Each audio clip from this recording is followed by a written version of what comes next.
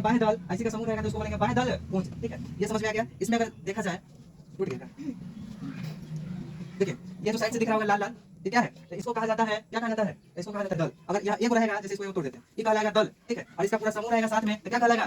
दल पुंज कहलाएगा। ठीक है, एक इसके नीचे देखिएगा निषेचन कैसे होगा? नर युग्मक और मादा युग्मक मिलने की क्रिया को क्या कहते हैं? निषेचन। निषेचन कब होगा? जब परागकण और अंडाणु मिलेंगे। ठीक, कैसे मिलेगा? तो इसमें साइड में रहेगा परागकोश, परागकोश के अंदर परागकण, परागकण इसमें से टूट के कहां गिरेगा? वर्टिकल। यानी कि यहां पे देखिएगा कि इसमें से परागकण निकल के कहां चला जाता है? यहां। इस भाग को क्या बोलेंगे? वर्टिकल। ठीक है, ऊपर वाले भाग को क्या बोलते हैं? वर्टिकल। यहां से परागकण निकल के वर्टिकल पर जाता है और यहां पर जाने के बाद, ठीक है, ये वर्टिका की सहायता से पाइप को क्या बोलेंगे? वर्टिका। पाइप दो प्रकार के होते हैं, कभी अलग अलग वाला रहेगा, कभी जॉइंट वाला रहेगा। ठीक है, तो वर्टिका की सहायता से कहां चलेगा? नीचे, यानी कि अंडाशय में चलाता है। ठीक है, अंडाशय में अंडाणु पहले से उपस्थित रहता है, बाद में कौन गया? परागकण। तो परागकण और अंडाणु आपस में मिल गया और निषेचन की क्रिया संपन्न हो गया, तब जाके आगे चल के बीज का निर्माण होता है या फल का निर्माण होता है। ठीक है, कोई दिक्कत? यही पौधे में निषेचन की क्रिया।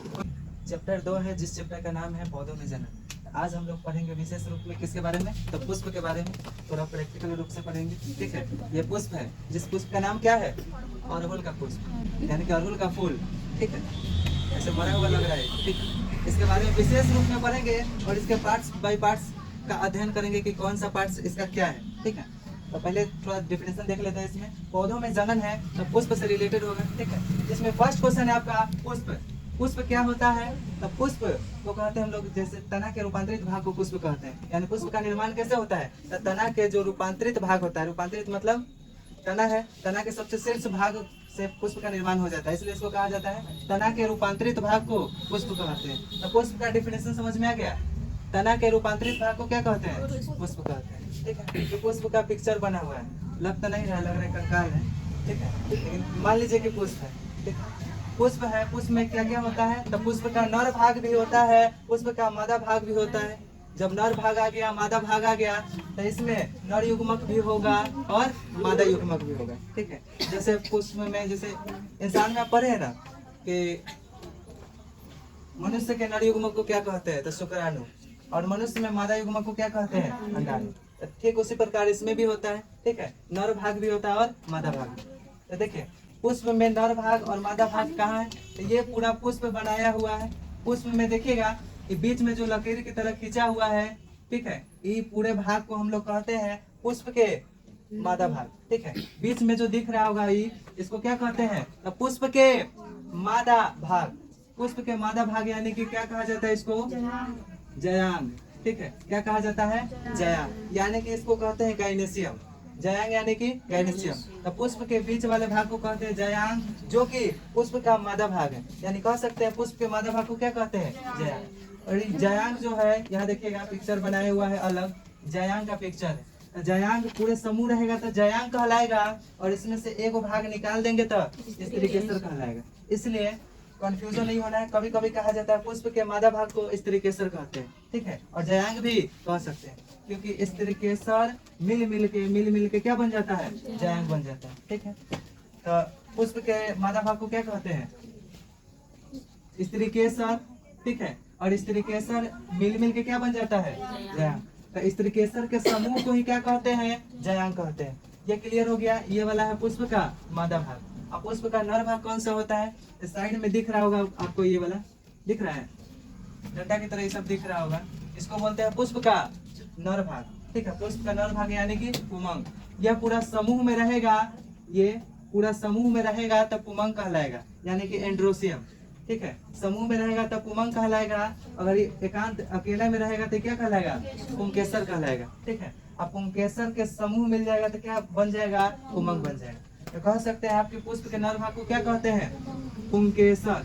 ठीक है, पुंकेसर या पुमंग भी कह सकते हैं, क्योंकि पुमंग का निर्माण कैसे होता है? पुंकेसर मिलके। अब डिफिनेशन के बारे में कहा जाए तो जयांग का डिफिनेशन क्या हो जाएगा? तो स्त्रीकेसर के समूह को जयांग कहते हैं। ठीक है, और पुमंग का डिफिनेशन क्या हो जाएगा? पुंकेसर के समूह को पुमंग कहते हैं। कोई दिक्कत? कोई दिक्कत नहीं। तो इसमें एक क्वेश्चन हो गया ऑब्जेक्टिव के लिए, पुष्प के नर भाग को पुंकेसर और पुष्प के मादा भाग को स्त्रीकेसर कहते हैं। ठीक, अब नर युग्मक क्या है, मादा युग्मक क्या है? तो चलिए इसमें थोड़ा डिटेल से चलते हैं। और ये जो है साइड में दिख रहा होगा आपको, ये वाला, इस आकृति को कहते हैं दल। ठीक है, अगर सिंगल रहेगा नहीं, ये वाला रहेगा तो दल कहलाएगा। ठीक है, ये पूरा समूह रहेगा तो क्या कहलाएगा? दल पुंज कहलाएगा। ठीक है, अगर अकेला रहेगा तो दल कहलाएगा, ये पूरा समूह रहेगा तो दल पुंज कहलाएगा। ठीक है, तो इसमें दो तरह के होते हैं, एक होता है दल होता है, एगो बाह्य दल होता है। दल ऊपर की ओर रहता है और नीचे बाह्य दल रहता है। जैसे कोई पुष्प में देखिएगा तो एक रहता है लाल कलर का और नीचे वाला रहता है हरा कलर, तो नीचे वाला को बोलते हैं बाह्य दल। ठीक है, तो अगर एक और रहेगा तो उसको बोलेंगे बाह्य दल, ऐसी का समूह रहेगा तो उसको बोलेंगे बाह्य दल पुंज। ठीक है, ये समझ में आ गया। इसमें अगर देखा जाए, टूट गया का, देखिए ये जो साइड से दिख रहा होगा लाल लाल, ये क्या है? तो इसको कहा जाता है, क्या कहा जाता है? इसको कहा जाता है दल। अगर यह एक रहेगा, जैसे इसको एक तोड़ देते हैं, ये कहलाएगा दल। ठीक है, और इसका पूरा समूह रहेगा साथ में तो क्या कहलाएगा? दल पुंज कहलाएगा। ठीक है, ठीक, इसके नीचे देखिएगा दूसरा है क्या?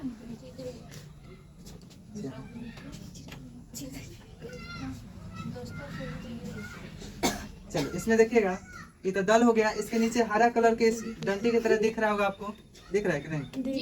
दिख रहा है, हरा कलर के दिख रहा है। ठीक है, इसको कहते हैं बाह्य दल। इसका पूरा समूह रहेगा तो बाह्य दल। इसमें देखिए, इसमें दिखाई दे। ठीक है, तो दल और दल पुंज में कोई दिक्कत नहीं ना है। उसके बाद देखिए ये वाला, ये इसको अलग हटा दीजिए। ठीक, इसको अलग हटाएंगे तो ये दिख रहा होगा, इसमें क्या है? ये जयांग है कि पुमंग है? तो दोनों है। ठीक है, इसमें देख रहे होंगे आप, पीला पीला दिख रहा है, इसमें पीला पीला दिख रहा होगा डंटी की तरह। ठीक है, ये वाला है। ठीक, यहाँ देखिए, इसमें साफ साफ दिखेगा। इस साइड में जो दिख रहा है पीला पीला लगा हुआ है ना, इसी को बोलते हैं, क्या बोलते हैं? तो पुमंग बोलते हैं। और एक भाग को क्या बोलेंगे? पुंकेसर बोलेंगे। ठीक है, तो ये पीला पीला दिख रहा होगा, ये पुंकेसर है, साइड में लगा हुआ है डंटा की तरह। ठीक है, अगर इस सबको हटा दिया जाए, ऐसे तो नहीं दिखेगा। ठीक, ये सबको हटा देंगे तो बीच में ऊपर की ओर देखिएगा तो छोटा सा दिख रहा है लाल लाल, लौक रहा है वहां से, नहीं देख लीजिएगा, अब दिख रहा है, अलग कर दिए। इसमें से जयांग को अलग कर दिए हैं और इसको अलग कर दिए, पुमंग को अलग कर दिए। तो इसमें दिख रहा होगा छोटा छोटा, इसको बोलते हैं जयांग। दिख रहा है जयांग। जयांग के एक इकाई इसमें से निकाल देंगे तो क्या कहलाएगा? इस तरीके से, बताओ नहीं दिखेगा। ठीक है, चलिए डायग्राम में देखते हैं इसमें। ये समझ में आ गया? पीला पीला ऊपर दिख रहा होगा, ये सब है पुंकेसर, और पुंकेसर का ही प्रकार लिखा हुआ है। इस पे आते हैं, देखिए पुंकेसर एगो है। पुंकेसर के 3 गो भाग होता है। ठीक है, पुंकेसर के 3 भाग होता है। कौन कौन सा? परागकोश, योजक और तंतु। ठीक है, डंटा की तरह इसमें दिखाई देगा, परागकोश, योजक और तंतु। परागकोश क्या है? तो इसमें कह सकते हैं कि पुंकेसर के सबसे ऊपरी भाग को परागकोश कहते हैं। ठीक है, और इसी के अंदर क्या पाया जाता है? तो परागकण पाया जाता है। ठीक है, परागकोश में ही क्या पाया जाता है? परागकण पाया जाता है। योजक क्या है? तो योजक तंतु और परागकोश को जोड़ने का काम करता है। यानी इसमें कह सकते हैं कि पुंकेसर के बीच वाले भाग को योजक कहते हैं। यह क्या करता है? तो परागकोश और तंतु को जोड़ने का कार्य करता है। इसका डेफिनेशन। अगला है तंतु।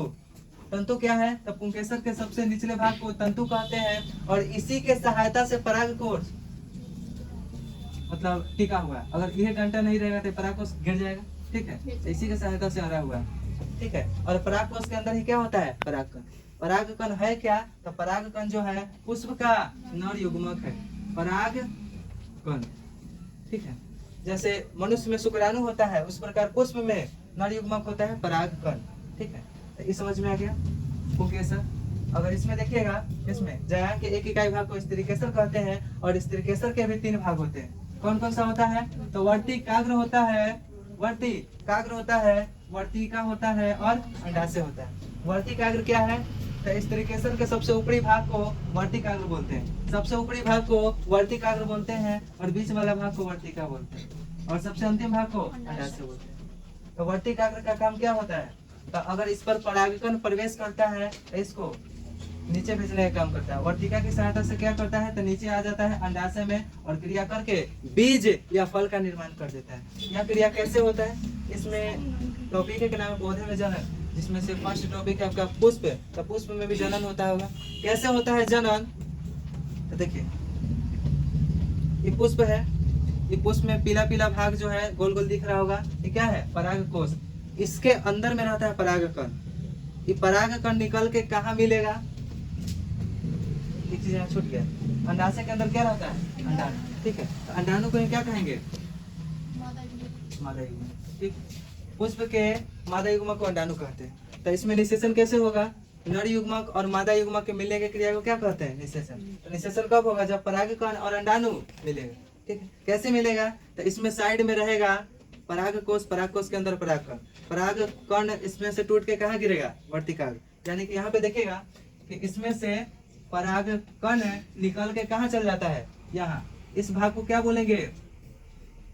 वर्तिकाग्र। ठीक है, ऊपर वाले भाग को क्या बोलते हैं? वर्तिकाग्र। यहाँ से परागकण निकल के वर्तिकाग्र पर जाता है और यहाँ पर जाने के बाद, ठीक है, ये वर्तिका की सहायता से पाइप को क्या बोलेंगे? वर्तिका। पाइप दो प्रकार के होते हैं, कभी अलग अलग वाला रहेगा, कभी ज्वाइंट वाला रहेगा। ठीक है, तो वर्तिका की सहायता से कहाँ चलाएगा? नीचे, यानी कि अंडाशय में चलाता है। ठीक है, अंडाशय में अंडाणु पहले से उपस्थित रहता है और बाद में कौन गया? परागकण।